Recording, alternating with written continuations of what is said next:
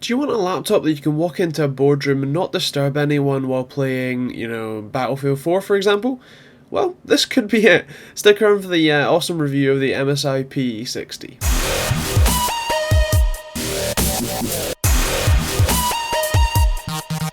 Check out our website at TechteamGB.co.uk for more info on both this and many other products, and also up-to-date news on all things tech. Stick around for this awesome video. There's a lot to like and a lot to dislike about this laptop. Now, just to give you an idea, or a quick disclaimer, the one I got only has a hard drive in it, no SSD, and I would strongly encourage, in fact I would discourage anyone from buying one with only a hard drive without an SSD. Definitely go grab one with an SSD, because that's game changing. For I/O, on the left hand side we've got a headphone microphone jack, two USB 3 ports, MIDI display port, HDMI, a charging USB 3 port, so if you want to charge your phone or tablet quickly you can do it from there, Gigabit Ethernet, Kensington lock, and it's worth pointing out that this is 27mm thick and 2.3 kilograms.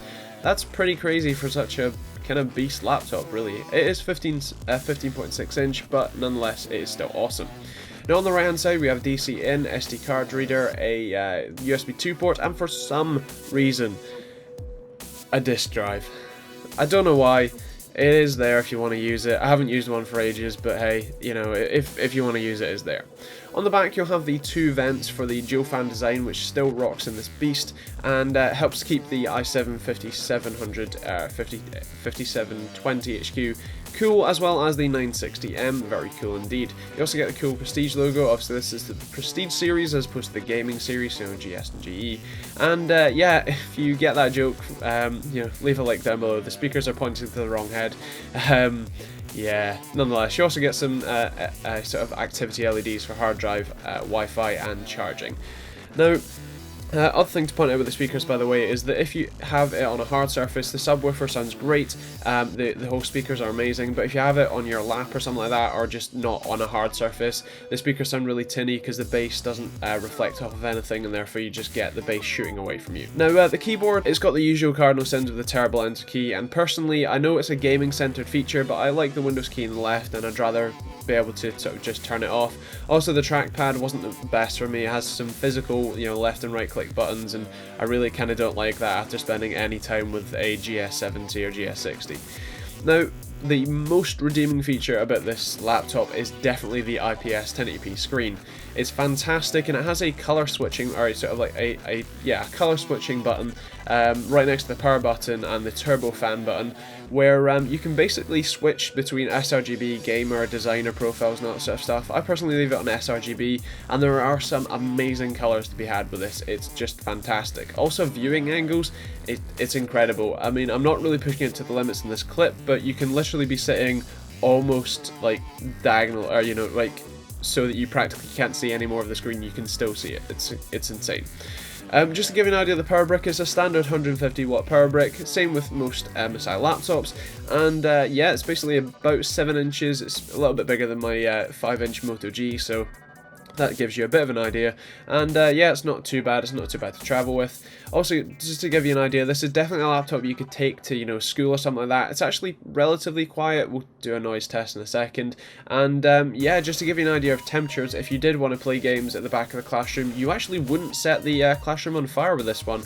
You're looking at about 60 to 70 degrees on the GPU and about 70 to 80 degrees on the CPU, which is pretty amazing. The only way I can figure how this works is just because it's it's a little bit less powerful, or at least it's maybe less highly clocked, and obviously with that newer Sky or Broadwell CPU, you're looking at a little bit lower temperatures as well, because obviously newer generation.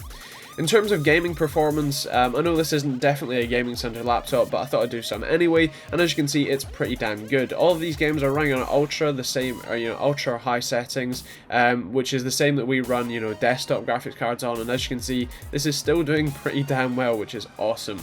Just to give you an idea of, video editing and all that other stuff performance, unfortunately Premiere Pro, because I upgraded to Windows 10, I did a video on that. Check that out, and the hopefully the cards in the corner. that basically broke Premiere Pro because of the drivers and stuff like that, and unfortunately I didn't really get to do too much, but from what I did do, it looked really cool, obviously with the new i7 and the 960. It's pretty good performance, and you know, just a really good mobile workstation if you did want to grab one. Personally, as I said, you definitely need an SSD. Here's that noise test, by the way.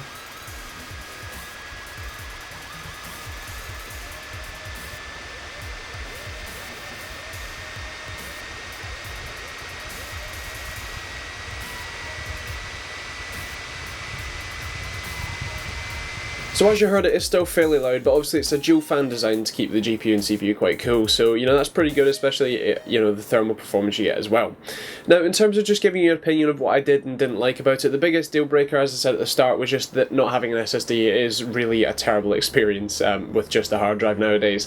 And yeah, basically, I really don't like the keyboard that much. I don't know if it's just, as I said, because I've checked out the SteelSeries one as opposed to this one, and the trackpad really isn't great either, with the physical mouse click button, which tend to misclick sometimes and stuff like that, and two-finger scrolling isn't that great. So just something to be aware of, and you know, if you're interested in it, you're probably not going to be a gamer who's heading for this one.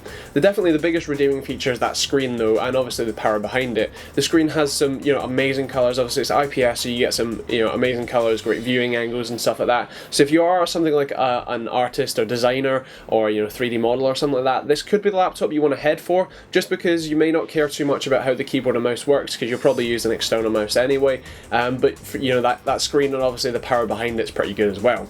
In terms of if you're a gamer though, I definitely recommend to head to the GE62, as that's very similar build quality, specs and everything, but you do get a better keyboard and obviously a worse screen, but that's the kind of trade-off that you'd kind of expect if you are a gamer and heading for that type of thing.